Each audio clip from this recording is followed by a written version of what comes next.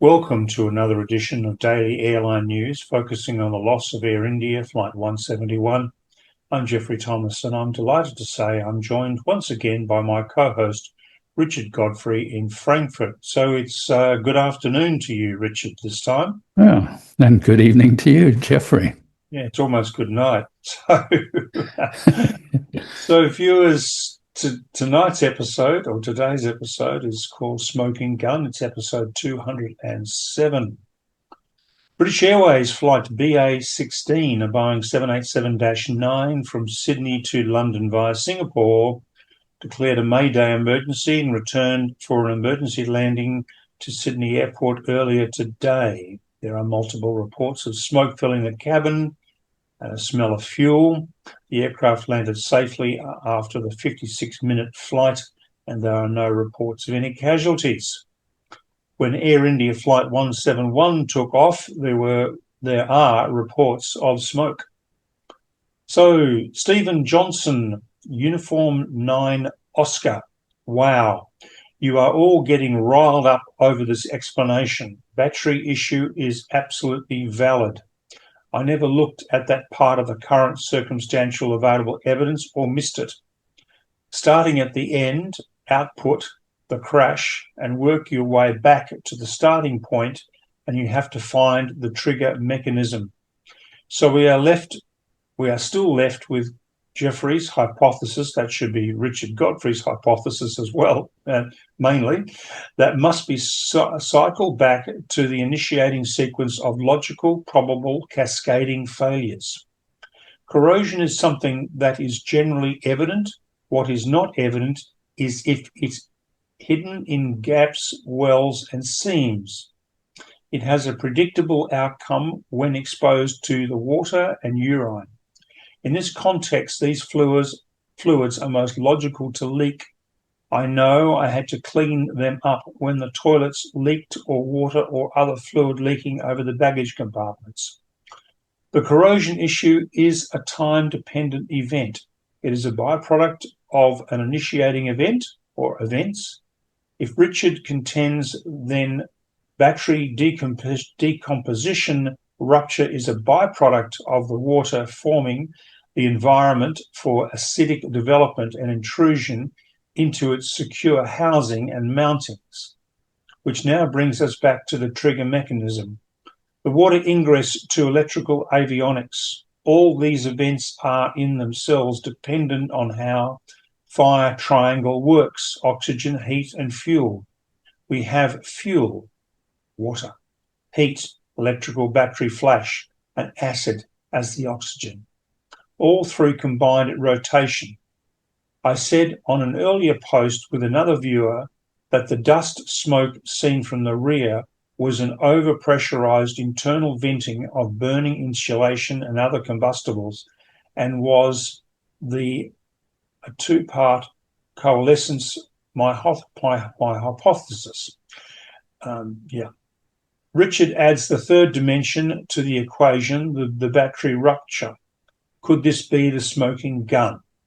As Richard has said, water, acid battery, electricity, all is consistent with the sparse CCTV of the aircraft and the drip feed of the AAIB.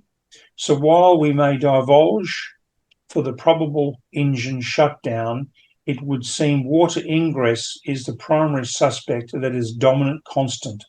Richard, Geoffrey, thanks for another pointed critique. I'm sure you both will crack this nut. Richard. Yeah.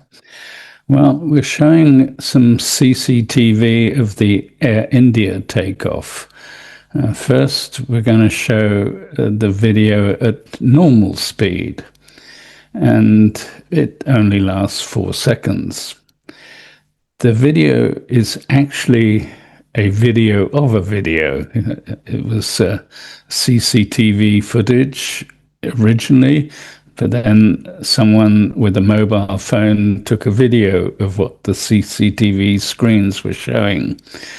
It is unfortunately in low resolution, and it zooms in and moves to track the aircraft. But you can still see a mid-grey coloured smoke on the left-hand side of the aircraft. We're going to show the video again in slow motion. And this time it'll take 8 seconds to run. As the aircraft lifts off from the runway, it is initially hidden by a hut in the foreground. And the camera seems to jolt just as the smoke appears, which is unfortunate. The smoke appears to suddenly burst out from the left-hand side of the aircraft. And once the burst is complete, the smoke then lingers, almost stationary, until it's dispersed by the slipstream and the wind. And we're going to show the video again, and this time in very slow motion, so it takes longer to run. And by the way, we're going to include all 3 versions in a download link in the description below. The vent for the APU battery is on the left-hand side of the aircraft and just behind the wing. In our 17-page report, a plausible hypothesis we published 4 weeks ago now, we state that the prime cause of the accident was water ingress in the aft EE bay. A lithium battery incident 4 weeks ago was actually discounted in that 17-page report. In our more recent episode, entitled The Probable Cause and published 3 days ago, we state that the aft EAFR was damaged beyond repair and the FDR and CVR data could not be recovered. The housing was damaged and compromised despite being designed to withstand a crash impact, sustained fire at 2,000 degrees Fahrenheit, and long-term immersion in water. We conclude that there was smoke forced out of the APU battery vent on the left-hand side of the aircraft behind the wing. We state this was exacerbated by HF gas and acid corrosion. At Ghent Dolph shows a YouTube fire being demonstrated using some old lithium batteries, which are taken apart and thrown into a bucket of water. And watch the YouTube video. A link is included in the description below. The water bucket actually catches fire, which is unusual for water. Yeah. Now, Richard Sky King Victor 2 Mike says, thank you for this thoughtful episode and for keeping the 171 discussion alive. It is important for the aviation community. On the specific point of smoke seen after rotation, I suggest a careful recheck, please, once available footage is available. ATC CCTV records indicate no confirmed smoke or fire during rotation climb. Smoke first becomes clear only post-impact. Several analysts interpret the haze in the CCTV as dust debris displacement, not combustion. Richard. Yeah, that's very true, Sky King. You're absolutely correct to say there is no mention of fire or smoke in the preliminary report until the crash. And they only talk about fire and thermal damage due to the large amount of fuel being carried for the flight to London Gatwick. We have published the CCTV video that we have from 2 different Facebook sources. There is no CCTV video included in the preliminary report. But that's why we published again today the extract of the CCTV footage and in slow motion, so everyone can take a look and form their own opinion. Yeah. Miguel Freedom 9864 with 22 replies to this post. I'm not sure how much of this I agree with. As an A&P mechanic, I have a hard time understanding how a single battery failure could drop an aircraft in just a few seconds, especially one with the most advanced electrical system to date. Surely Boeing built in redundancy, as batteries have been failing since the invention of batteries. From the fire perspective, even a fire that started before takeoff wouldn't have time to destroy enough of the airplane quickly enough to kill the entire electrical system. The holes in this Swiss cheese model are so small I can barely see them. Now, also, on the same vein, Richard, Flight Sim Dev, go look up battery fires in EV vehicles and you'll understand how.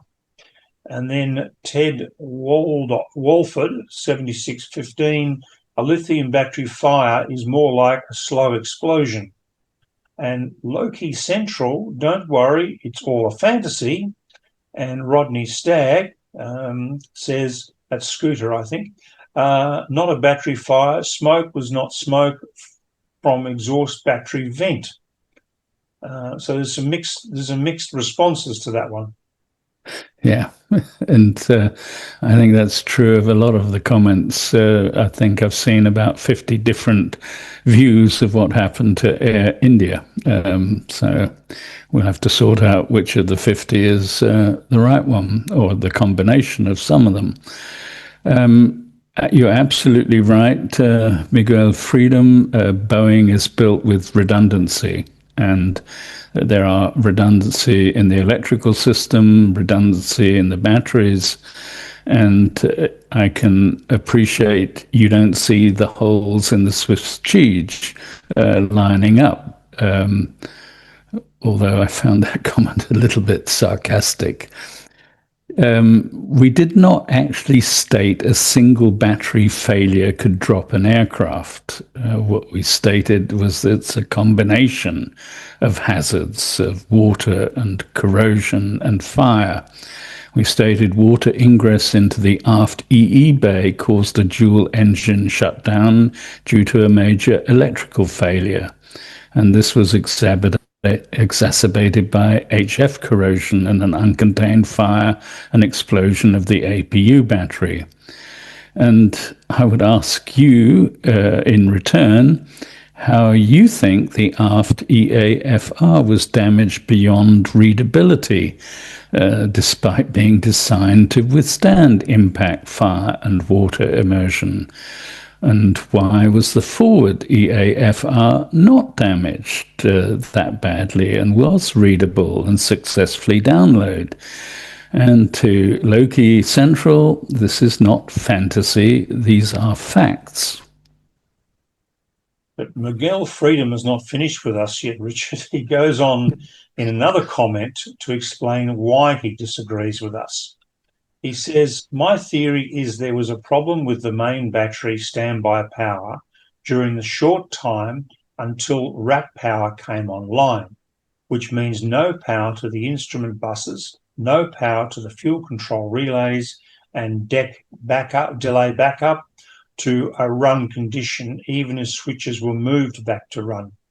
This is how a battery could bring down a plane, a remote possibility, but plausible in my opinion. My theory is different than Richard's. It explains the delay back to the run position with the fuel switches, but I'm only covering one of two major events that had to have happened. Something had to initially happen with the aircraft to require cycling the fuel control switches, and this is where the APU battery may have played a role. I just don't know myself what the initial emergency condition was that required cycling the fuel switches, and I'm in the camp the captain didn't intentionally down the plane. It was him cycling the fuel switches in response to an emergency condition. From there, a possible battery standby power problem and a delayed time back to a run condition. Yeah, well, thank you for that, Miguel Freedom. And I have to say, I really appreciate it when any viewer takes the time to explain why he or she disagrees with us and has a different view. And I respect those different views. Of course, we might be wrong, and Miguel, you might be right. I think the jury is out. And as I just mentioned, there are about 50 different views from viewers when you go through all of the comments and questions. So you put forward a very good argument. Thank you for that. So Alistair Richardson, 3483, hang on, where did you bring the battery fire into it? I thought you had resisted this as a cause, saying that there was an after the crash fire that caused the fire damage to this area of the aircraft. Did I miss where you changed your mind, added this to your initial report? In brackets, by the way, I may have missed an episode that this was discussed. If so, I apologise. I have been on board with your work, given the limited actual real data available to you. I was just taken aback by this apparent addition to your previous conclusions on what the probable cause was. Anyway, I'm just interested to know. This is not a criticism. Keep up the great work, Alistair. Also from 7 Thormod Peterson, 1752. I think it was caused by a second thought on where the smoke came from and the badly damaged aft FDR. But you are right, the battery was dismissed in the first place. Susan Setterfield, is that not the point of this? After a confidence in the vast, knowledge, integrity and experience that these gentlemen possess. I'm certain that Richard would understand your question and not take offence. A thorough, well thought out, fact-based analysis that evolves as more is understood is what is required. I would worry if all avenues were not explored. An inquiring, intelligent and open mind is required, and Richard's brilliant analysis is certainly that. I only hope that the regulatory bodies that should be ensuring safe operation of all flights learn the lessons and take action to prevent further loss of life or a repeat of this heartbreaking tragedy. Richard. Yeah, well, I think what you missed, Alistair, was an episode we did on lithium batteries on the 27th of August, episode 197. We have repeatedly stated that this investigation is a work in progress, and if you do in fact make progress, then you might find something new and you might want to add that to what you have previously published. And as Susan points out, if you keep an open mind, then you may start with a plausible hypothesis. You may find other plausible hypotheses before you've then come to a probable cause. Probable cause is still not our final report on this. And we've said all along, without the FDR, the CVR, and the maintenance logs, we very much doubt it would be possible to come to any final report or final conclusion. Now, Gandalf has 88 likes of this post, Richard, and 20 replies. It's quite a robust discussion going on. He says, I have extensive experience with lithium-ion battery pack construction and failure modes. Thermal runaway under lithium cobalt chemistry is triggered by the cell's internal temperature reaching a critical level. This typically happens under a limited set of scenarios. 1. Whilst charging, due to grossly excessive charging current, greatly elevated internal resistance of a degraded or defective cell, sending voltage well in excess of the rated maximum into the fully charged cell. Number 2, whilst discharging due to significantly exceeding maximum rate peak current, causing heating through the cell's internal resistance. 3. Severe short circuit caused by 1. Physical damage to the external cell to cell interconnects, resulting in a direct metal-to-metal high current short circuit, causing a cell discharge gross over current scenario. B, or 2, internal cell short circuit due to manufacturing defect or excessive vibration, breaching the internal separator between the cathode and anode, localized heating and rapid expansion of the separator breach and severity of the short circuit. 4, external heat source which brings the cells up to the critical temperature for thermal runaway, typically a fire or the heat of a neighbouring cell already in runaway and the resulting catastrophic chain reaction. In brackets, cells under safety testing are typically brought to thermal runaway by aiming a blowtorch directly at them. He goes on, liquid water damage alone does not commonly precipitate any of the above.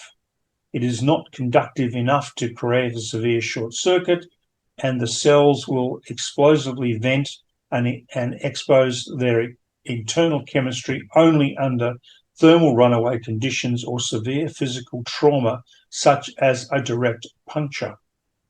Technically, it's possible that just the right amount of much more conductive liquid, such as seawater, could cause extremely rapid galvanic corrosion of the cell electrodes and breach into the cell, but this is rare.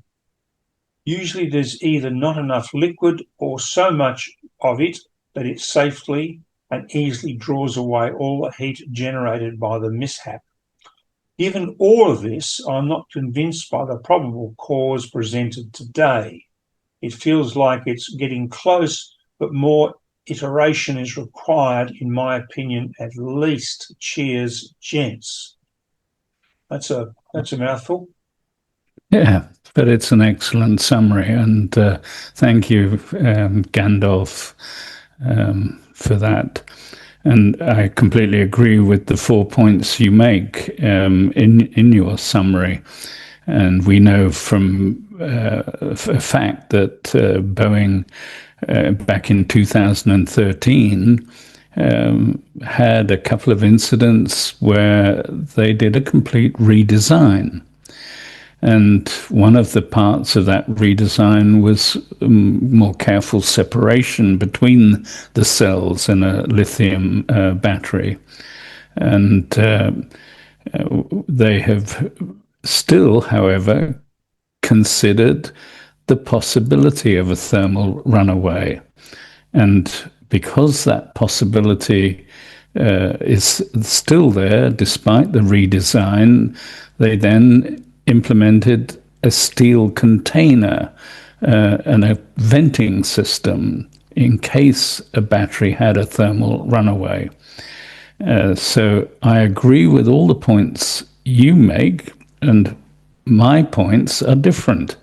My first point is that a lithium-ion battery thermal runaway can require venting, and we can see that happening on the CCTV footage.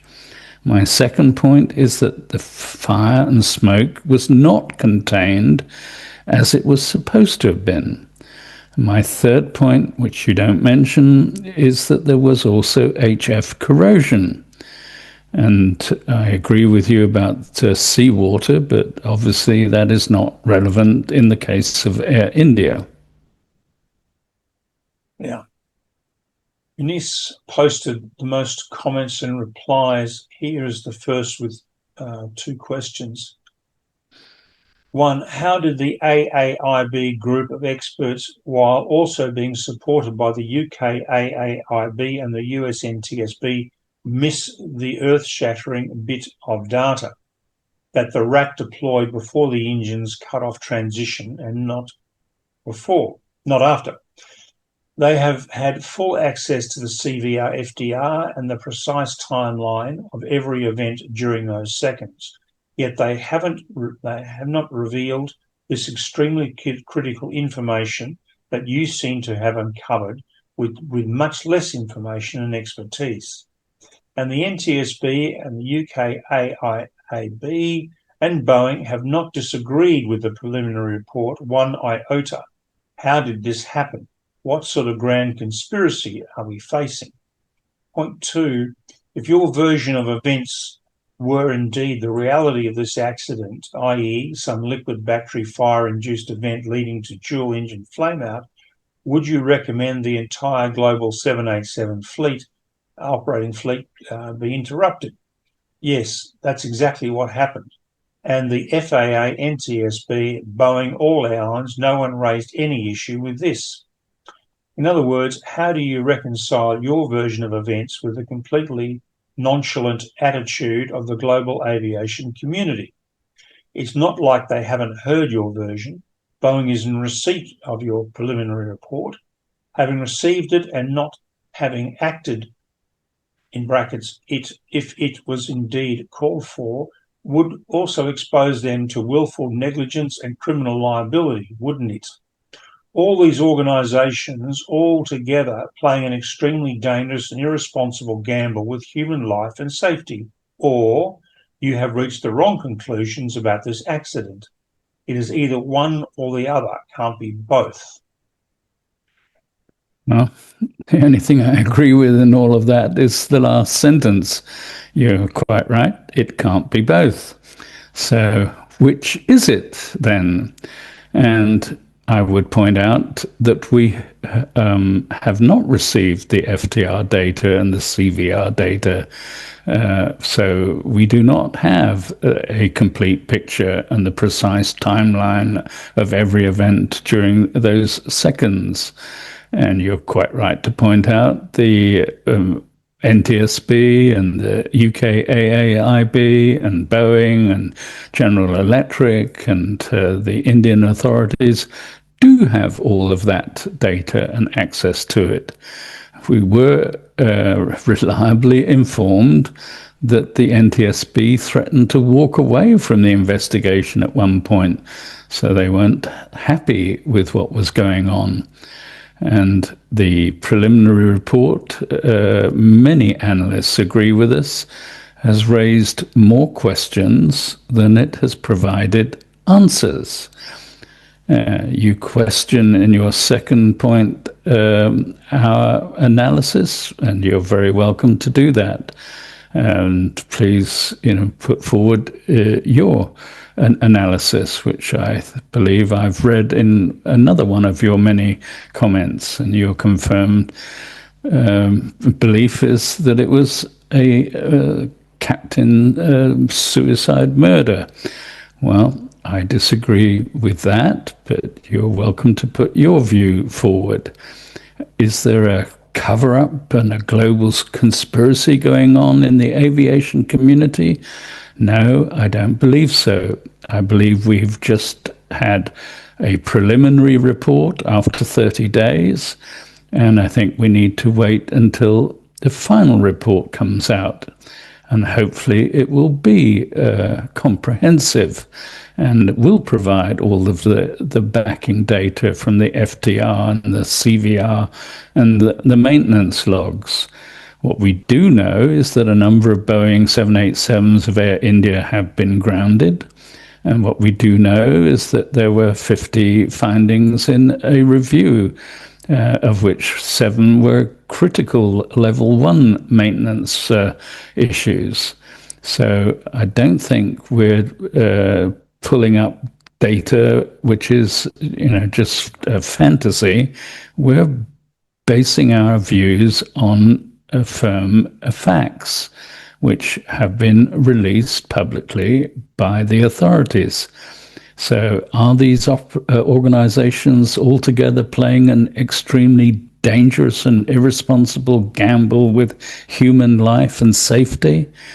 I'm sorry, I don't agree with that. I don't think that's what's going on.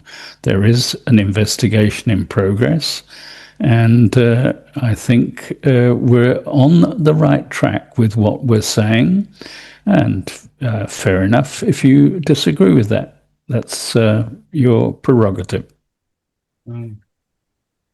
Yes, it's on the balance of things. It seems to point to an Air India maintenance issue more than a Boeing issue. But yeah, we're going to have to wait and see. Indeed. So, Richard, thank you very much indeed for that, responding to those questions, which are very detailed questions and raise all sorts of concerns. So thank you very much indeed. You're welcome. And viewers, thank you very much for watching today. If you're not subscribing, please do subscribe. Please join us. Please join our community and support us. That'd be fantastic. Please keep those wonderful comments coming and those great questions. And please do tune in again to another episode of Daily Airline News, focusing on the loss of Air India 171. And I think we'll be back tomorrow. Richard, are we going to be back tomorrow, or are we going to take another day off? There are over 1,000 comments and questions just on the last two episodes. So we'll be back tomorrow. we've scratched the surface, and I'm sure that there are other commenters and questions out there that we need to address too.